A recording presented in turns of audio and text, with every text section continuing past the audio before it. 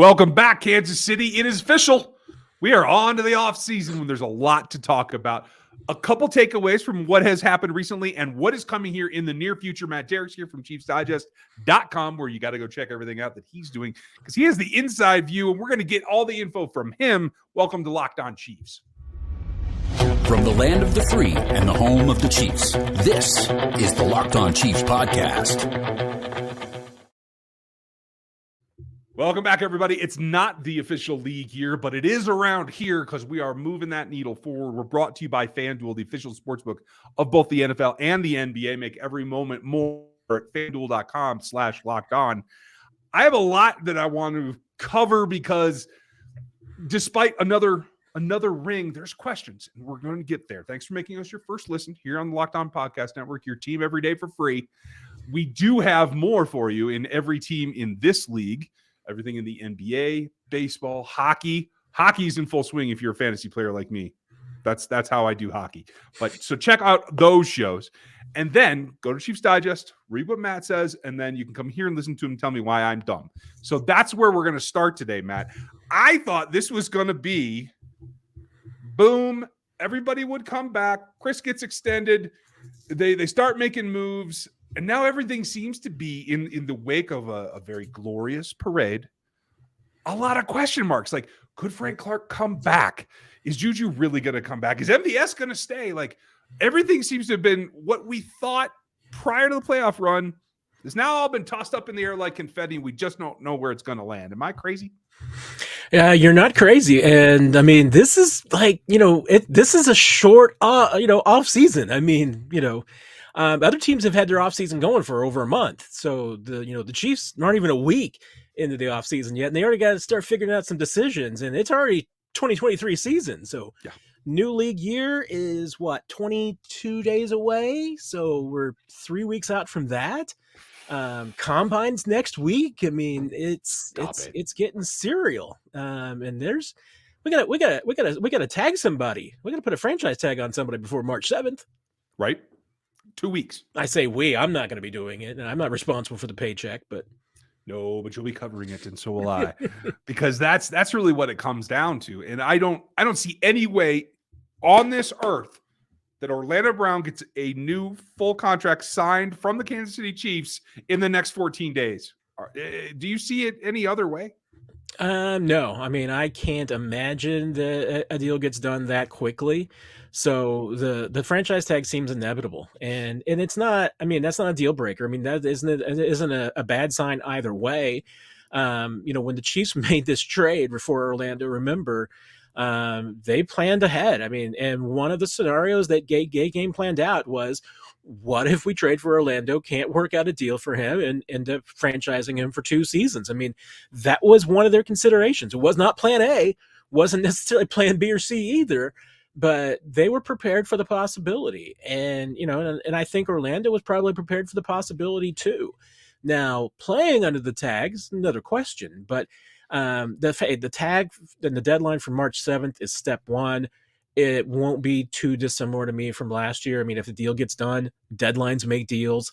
It won't be until the summer when, we really get a resolution to that. So I don't think that there's any sense of urgency on anybody's part. They don't feel like that they have to get something done right now. Doesn't sound like that there was any conversations during the season. So, really progress is none because there hasn't been any attempts at progress. So it's a procedural move. I don't think it's a big deal, but, we'll see. I can't imagine a scenario where Orlando does not get tagged, but there's a multiverse out there, I'm sure, where he doesn't, but I can't imagine it right now. No, I can't either. And I'm just looking down the free agent list. I mean, there's Orlando. There's Andrew Wiley, 2 starters, both at tackle. There's Nick Allegretti. I think we forget that. There's Prince Tagovailoa. The offensive line, as far as being rebuilt, this is like phase 2 of rebuild because you can see a lot of the backups have to get replaced. I think Nick Allegretti gets a contract elsewhere that is more substantial than what the Chiefs can offer him here. Am I missing something? You're not missing anything. I mean, unless the Chiefs are willing to make kind of a Cam Irving kind of investment in Nick Allegretti for keeping him long term, but any other team in the league can offer him something the Chiefs can. That's a starting job. Mm-hmm. And that's going to be the primary driver there. So the fact that the Chiefs don't have a spot for him makes it difficult. Nick Allegretti is a qualified starter in this league. He can play. Yep. So I absolutely expect that he will go somewhere else. Andrew Wiley wants the first long-term deal of his career. So if that's not in Kansas City, I'd expect that there'd be some offers. I mean, those are the tough decisions that come along when you've got a quarterback that makes a lot of money, and then you got to figure out how to pay a left tackle and defensive tackle, and you pay your superstars. It's a lot. I mean, and let's be honest. More people are going to get a bump from other teams after having won a Super Bowl, and even if you didn't play in it, just being on that roster. So I think it makes it less likely to be affordable if it comes down to a narrow margin. And so when I look at the roster now, it's Lucas Niang at one tackle. I mean, if we had to have an OTA practice today, it's Lucas Niang on one side and Darian Kennard, who's a guard, at the other tackle spot, because that's all that's under contract. I believe Wanago's gone. Kudos to him for hanging on the roster this long. I did not think Prince was going to last, but this makes it, I think, that much more imperative that we really have a true understanding of Orlando probably isn't going to be there until the day before camp, which means they have multiple areas, not just the starting ranks, but multiple depth pieces they have to sign just to be able to hold OTA and minicamp practices. Yeah, exactly. I mean, and that's when you start talking about really, building the roster. And now at this time of year, hey, you can go further on down the list and start getting to the guys that, we're into some reserve future deals, and they'll add some more faces. And before they, get on the field, even for OTAs, I mean, because remember, with the way the Chiefs particularly do things now, they'll have the draft done before we get to the OTAs portion where players are on the field in Kansas City. Especially since I imagine that once again, phase 2 will be virtual, and Andy will let the skill players go down and hang out with Patrick down in Texas, because that worked fantastic last year. So keep doing it. Right. So, hey, you've got plenty of time before you get to that point, but there's no doubt. I mean, if you look at who his team has under contract right now for next year, tackle is a question. And like you bring up, I mean, you are probably not going to you could certainly be into August before you've got Orlando Brown again, depending on how things play out. So, I mean, there's more work to be done, and there's a lot of questions. I mean, hey, is Lucas Niang a strong candidate? Yeah. I mean, he's played right tackle. He's a starter. I mean, that's somebody, but once again, hasn't gotten out there yet to test that knee and really see where he is skill level wise in a game. There's work to be done. Absolutely. And the tackles are, I mean, the offensive line, interior, you feel pretty good. I mean, with those 3 starters and Kennard, as a backup, can play some spots. You've got some other depth there. Caliendo, I mean, was around last year. That's another interior guy. But from the tackle standpoint, yeah, I mean, that's why tagging Orlando and figuring out right tackle are going to be pretty critical. Yeah. And I think those are the pillars. They're not the first dominoes that I think are going to fall, but they are the pillars in what has to happen. And let's face it, it's an offensive team. They're not the only ones. What's going to happen on the defense? Who are the free agents that have a chance to come back? We're going to talk about that on the backside of this, because I got to tell you about our friends over at FanDuel. The NBA season is in full swing and March Madness is around the corner. I know you guys are looking for something to do because the NFL season's over, and enjoy that ring, the pseudo rings that you can put on and watch your basketball games. You can even bet on them at the #1 sportsbook in America, because right now they're going to give you a no sweat first bet. And that's kind of fun, because you bet $5 and you lose, they're going to give you $1,000 in free bets on your account. All you have to do is go sign up. Super easy. You can get it at any app store. It's safe, it's secure, it's simple. It helps you get into the game, and you can bet on everything from points scored to threes. You can get into the other sports as well. Hockey, as I said, is something to look at, and you can put them all in same game parlays that help you win even more. So don't miss your chance right now for a no sweat first bet with $1,000 in bonus bets when you sign up at FanDuel.com/locked-on. And I'm going to put it on the screen here for you. It is FanDuel.com/locked-on. You can see it under there on the corner, because make every moment more with FanDuel because they are the official sports betting partner of both the NFL and the NBA. Now that I got the betting part out of it, I'm betting there are a couple of guys that get away from this team that fans are not going to be very happy about. I think there's also going to be a couple of guys that come back that might be a little bit surprising. I think one of the first guys to return last year was Mike Burton. And folks, you'll hear from Mike here on the show next week. I expect him to come back because I think that he has enough role going forward, even at he's over 30 now, that I think there's still more to gain there. And I think with the room being fairly young, we'll see what happens with Jared McKinnon. That's my question for you. A, do you think I'm wrong about Burton? And B, do you think that Jet McKinnon should be back? Yeah, I think there's likelihood on both those fronts. I mean, Burton, you're right. I mean, he checks all the boxes. Special teams guy, for the limited snaps that the Chiefs use a fullback for, he's well suited for that. He can be your fourth tight end if needed. I mean, guy can do a little bit of everything. So that's what the Chiefs love in that spot. So, yeah, I think he absolutely could and should be back. McKinnon, wouldn't be surprised if obviously there's some teams interested in getting into business with Jet from what they've seen. Yeah. But I think the Chiefs are going to be interested too. I think they really like that 1-2 punch. I think they're going to have to pay probably a little bit more to keep him this year. There's probably going to be some teams that are scared off because of his age and just, feeling at some point, it's not going to be there anymore for McKinnon. I think he's going to be 32 this year. That's old for a running back. Oh yeah. I mean, Andy Reid called him a dinosaur in November. So he's, just getting even more, but still you like what he can do and he fits this offense so well.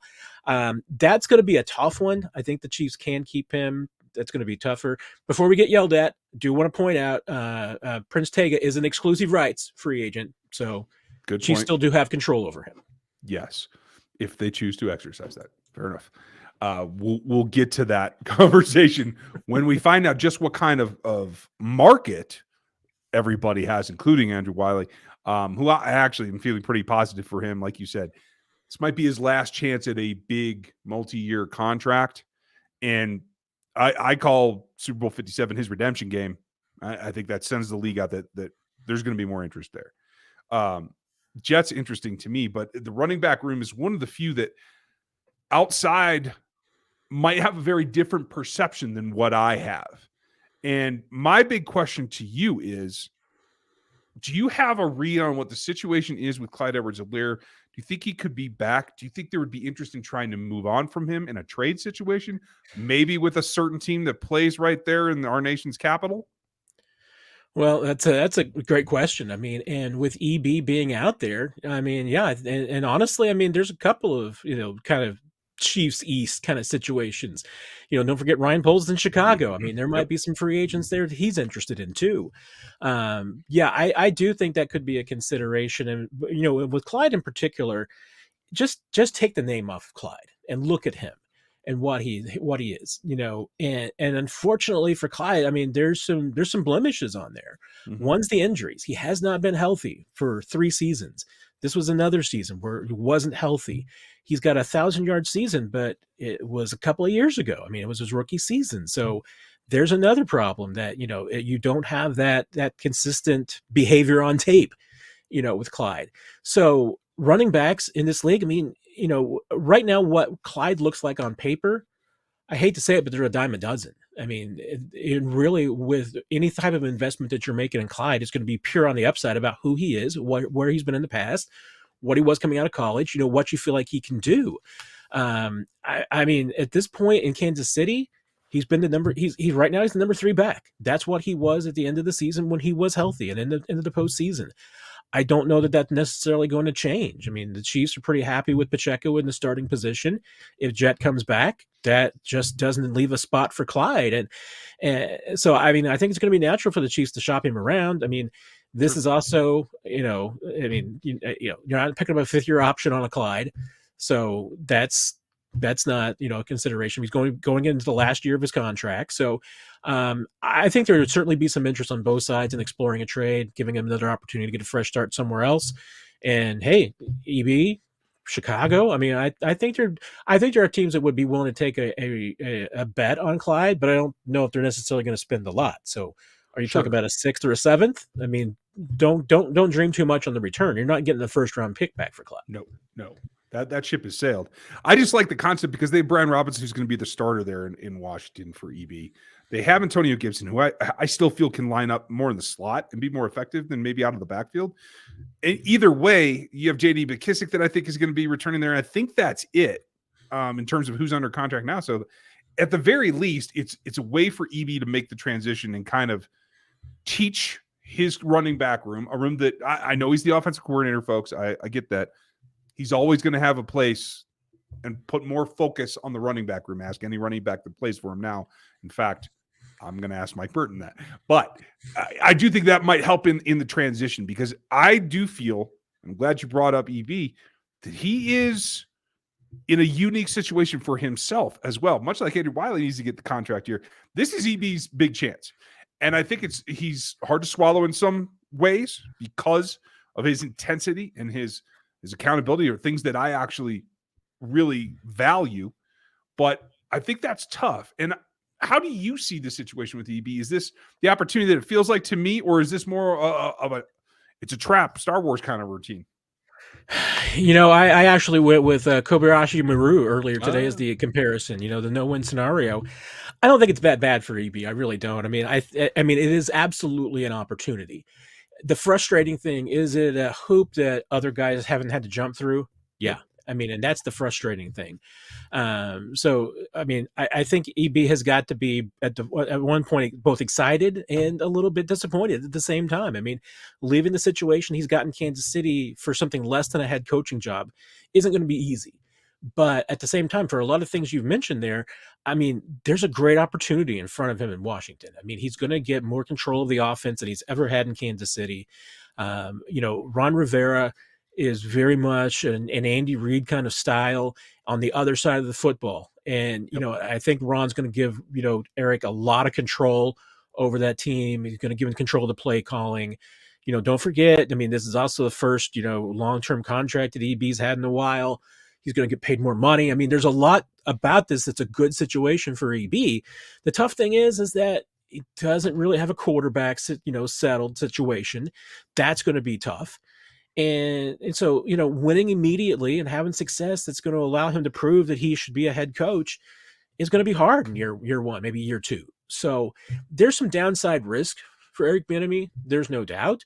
There's a lot of things to like about this situation. I still think it stinks that he feels like he has to do this to prove himself to anyone, because nobody else that's been Andy Reid's offensive coordinator has had to jump through this hoop. Yeah, it is difficult. And I was going to leave EB for the next segment, but I wanted to cover it because you brought it up so succinctly. I think it's going to be a testament to his philosophy and what he says he's about and how this goes. We are going to find out. What we also have to be aware of is that there are other people around the league that everyone recognizes the success that they've had, but have a little bit more inner workings. Who's going to come calling for the Chiefs free agents? We're going to get into that right after this. Calling cards are things that I think are, for the younger crowd. What's a calling card, right? A calling card is because people can predict what you're going to do. And I'm going to give you a calling card right now. Ryan Poles will be sniffing at every free agent on this roster. I got to tell you, I don't know that Chris Ballard is going to be far behind him. I know it feels like Chris Ballard's roster is a lot more put together. I don't necessarily buy that. So that is a problem for me in terms of can you retain some of your free agents? Both Jody Fortson and Blake Bell are free agents here.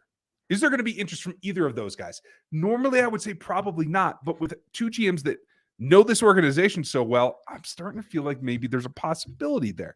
Certainly, Ryan Poles is a former offensive lineman. I think he's the first guy and the last guy on the phone with Andrew Wiley. Am I reading too much into it? I don't think you are, and I think there's going to be a lot of people on the phone with Andrew Wiley. I mean, certainly there's teams that are looking for a starter at right tackle, period. But remember, he could start a lot of other positions. I mean, he could start at either guard spot too. And even though he doesn't want to be a super sub, he doesn't want to be anybody's sixth man. He can also, make pretty good coin. I mean, remember, I think, Cam Irving signed like a 3-year, $20 million deal via sixth man. Yeah. I mean, there's some money to be made in it. So there's a few different options, but I think you're right. I mean, there's a few, and it's not just Andrew Wiley. I mean, Colin Saunders, I think, is going to get some interest because there's still such a physical upside, and he has developed a really big reputation this year. I mean, and Joe Cullen has gotten that out of him, and that he's had a very good year in his contract year. That always helps. I mean, he's still a role player. So, I mean, but if you're starting to look for guys that look like they figured it out, and those fourth-year free agents, that now look like they're ready to take the next step, and, and teams do their homework and hear about how Joe Collins talked about this guy being a leader, and, he was the wagon. Pretty big deal in Joe Cullen. When Joe Cullen called you the wagon, that's a big compliment. Yeah. So I think he's going to get some interest, and Juan Thornhill fits in that category too. I think he's going to get a lot of interest. So the Chiefs have some guys that I think it is going to be difficult for them to keep. I will tell you, and the news with McCole Hardman officially, having the surgery, for that core muscle and everything, that's going to change his market. I mean, it certainly changes what, I thought were the possibilities, because even though that's not something that should keep him out long term, I mean, that's something he conceivably would be back on the field at some point during OTAs, but certainly ready by camp. Yep. But, if you're not considered to be in the market in the next 6 to 8 weeks and, passing a physical and going through all that, teams are going to get their solutions elsewhere. Yeah. They're going to find other guys. So if this is a situation where you get to May and June and McCole Hardman doesn't have a home yet, well, that's how DeMarcus Robinson, has come back to Kansas City. I mean, when markets don't develop, that's how players come back to teams. So I don't necessarily think it's a foregone conclusion that McCole was gone from Kansas City. I think the Chiefs would be absolutely interested in McCole coming back. It's just got to be at the right price and the right situation. And if because of the injury, McCole is forced to, play a 1-year prove-it deal, you are almost always better off staying with the team you've been with rather than going and learning a whole new offense and trying to fit in with a brand new quarterback. I mean, if that ends up being the situation, McCole could go a lot worse than staying right in Kansas City and hoping he's got an injury-free year next year. I completely agree. And D-Rob was exactly the scenario that I came up with as well. Like, that makes it that much more likely. It does change some things. Now, I look at the Bears roster in particular. Riley Reiff is their starting right tackle, or was. I mean, that is a shoo-in for Andrew Wiley. That is an upgrade right now, today. So I think that's there. Now, they have Eddie Jackson at free. So I don't know about Juan, but could they go get a Frank Clark to try to give them a little bit more pass rush, or to teach some of their young guys? Do you think that's in the cards, or do you think Frank's earned enough postseason goodwill that maybe he can have another contract? It's got to be much smaller, but is that even in the cards? Well, that's an interesting thing with Frank's contract because, I was looking at it earlier, seeing if there was anything that was really going to force the Chiefs to move quickly on that. Because, a lot of times, and sometimes even just goodwill, and the Chiefs may very well do that, you part ways with a player before you need to, just to, to be nice, to reward them. I mean, so the Chiefs don't have to keep, Frank Clark beyond, March 15th. They're not forced to cut him after that, other than they'd really like to free up some of that $21 million in cap space. Yeah. But, as a result, they've got some time, and if they wanted to keep him off the market for a little bit to try and work out a deal to keep him around, because I do get the sense that there's interest on both sides, that Frank loves Kansas City. This is where he's very comfortable here. He's found a home here. He loves this team. There's no reason why you wouldn't want to stay in Kansas City, to me, if you can, get paid.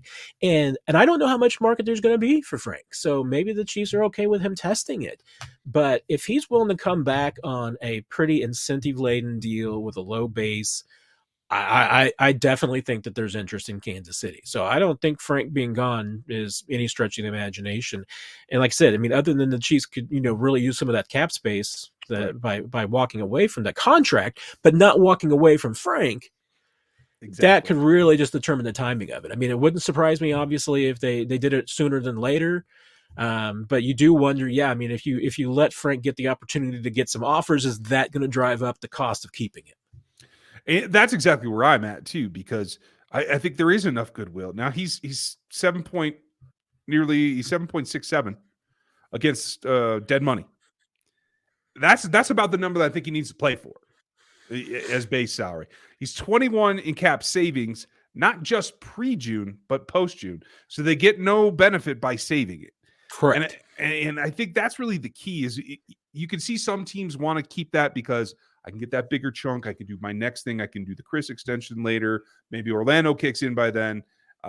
It opens up some options. But I find that really intriguing that after all has been back and forth, that maybe that's a relative number that if you can get past that dead money, maybe this is a tear it up and just do a new deal altogether with Frank Clark. Yeah, I mean, and the 9's not moving. I mean, that's a dead cap number that's accumulated over the various restructures and reworkings of Frank's contract. I mean, I think the Chiefs touched that thing 3 or 4 times since he first signed.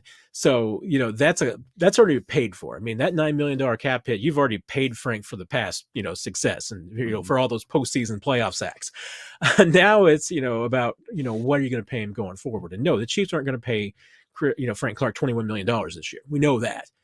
But, is there a number at which they can both be happy? And, hey, I generally say don't count on the hometown discount. The hometown discount is generally a myth. We're still waiting, for instance, to see the Chiefs getting the championship discount. That hasn't really kicked in for too many guys yet. So let's hold on. But I mean, I honestly, I'd peg it, I think, better than 50-50 that Frank Clark stays with his team. Okay. And folks, I know we're giving you different numbers. I think we're looking at different sites for the numbers we're getting from. It's somewhere in there between 7.5 and 9, whatever. None of the sites have the exact numbers that the NFL has. So we're all guessing here. But it's somewhere in the range. Let's go with that. Okay. I know we're a little over time, but last question. If you see one guy that right now looks like he's going to land elsewhere that might make it back, who do you think the Chiefs have interest in on that free agent list that they might say, you know what, we're better off bringing him back even if it's at a reduced contract? Really good question. I mean, and you're talking about just keeping their own free agents? Yeah. I mean, at a lower cost, I'm not sure. And you know what? I should probably be looking at it because you're thinking about it from guys that maybe they would walk away from. Not necessarily guys who are free agents. Guys that are free agents that we think are going to go elsewhere, but who could surprise us and come back. I mean, it is kind of hard because there's not anybody that I'm really, outside of McCole that I would have said I think is definitely going elsewhere. I mean, I think that more than likely Juju Smith-Schuster is staying. Mm-hmm. And the free agents that I think that could leave but could end up back are probably down lower on the list. I mean, Derek Nottie, same situation as last year. I mean, I thought he was going to go elsewhere. He ends up back in KC on a 1-year deal. That's another case where he could certainly end up coming back, even though he's going to test the market. There's a few of those guys that fit in that category, but I don't think the Chiefs really have, outside of maybe Juju. Carlos Dunlap was on a really affordable deal this time around. Hey, Carlos has got everything he wants now. He's got the 100 sacks. He's got the playoff appearance. He's got a ring. He checked off everything he wants. So if Carlos wanted to go get another bag, Carlos can go get another bag. That's not going to hold him back. So he might be the one that I would say I would be surprised if he'd be back, because he certainly has earned the right to say, you know what, I'm going to go get some money now that I'm old. I need some money. He is 34, as is Brandon Williams, but those were the two names that jumped off to me. Like, it feels like they're going to get attention elsewhere, but maybe they don't. And for Carlos in particular, to have that limited, a part-time role and still get playoff bonuses, we're going to expect that again. No offense, folks. Yes, they're still the champs, so I'm going to call them champs again. They're the best team in football. You could get another Super Bowl bonus. You could not have to play. What did he play? 300 snaps this season? Yeah. Oh, it was a great situation. And the Chiefs used him exactly how they told him, which is something that, he's not used to. He's been in situations where he's been, misled about how, and we've seen that. The veterans, get promised everything and promised the world by a team, and then the team doesn't fulfill it. The Chiefs kept their word to Carlos, and I do think that means something to him. And I totally had it wrong. It did end up being 600, so my fault. So maybe there's a little more mileage on there than I thought. But hey, it's going to be an interesting ride here, folks. And we have what, Matt? We have 2 weeks? No, 3 weeks until new league year, right? 3 weeks. Oh, it's going to come down fast. When Matt joins us next time, we're going to go over free agent targets that aren't already Chiefs and what we might be looking for. Things may have drastically changed by then. I have absolutely no idea. But I do know. We need some wide receivers to get cut. Who? What? Okay. Not Chiefs wide receivers. We need some other teams to cut some wide receivers. Yeah, I think that's coming. I think there's a tackle, too, that I'm going to be really interested to see what happens with who could be cut. So let's watch out for that. Matt will be back next week like clockwork. Chris and I will be back this week to give you more about who needs to go, where we need to look, and hey, I'm going to start giving you some draft information. I know y'all are ready for it. So, hey, let's get ready, Matt. Thanks for your time. And thanks for being here. Absolutely. Great always catching up with you, Ryan. It's been a while since it's been the two of us. I know, right? Hey, we're back on a roll. You guys have a great day. We'll talk to you tomorrow.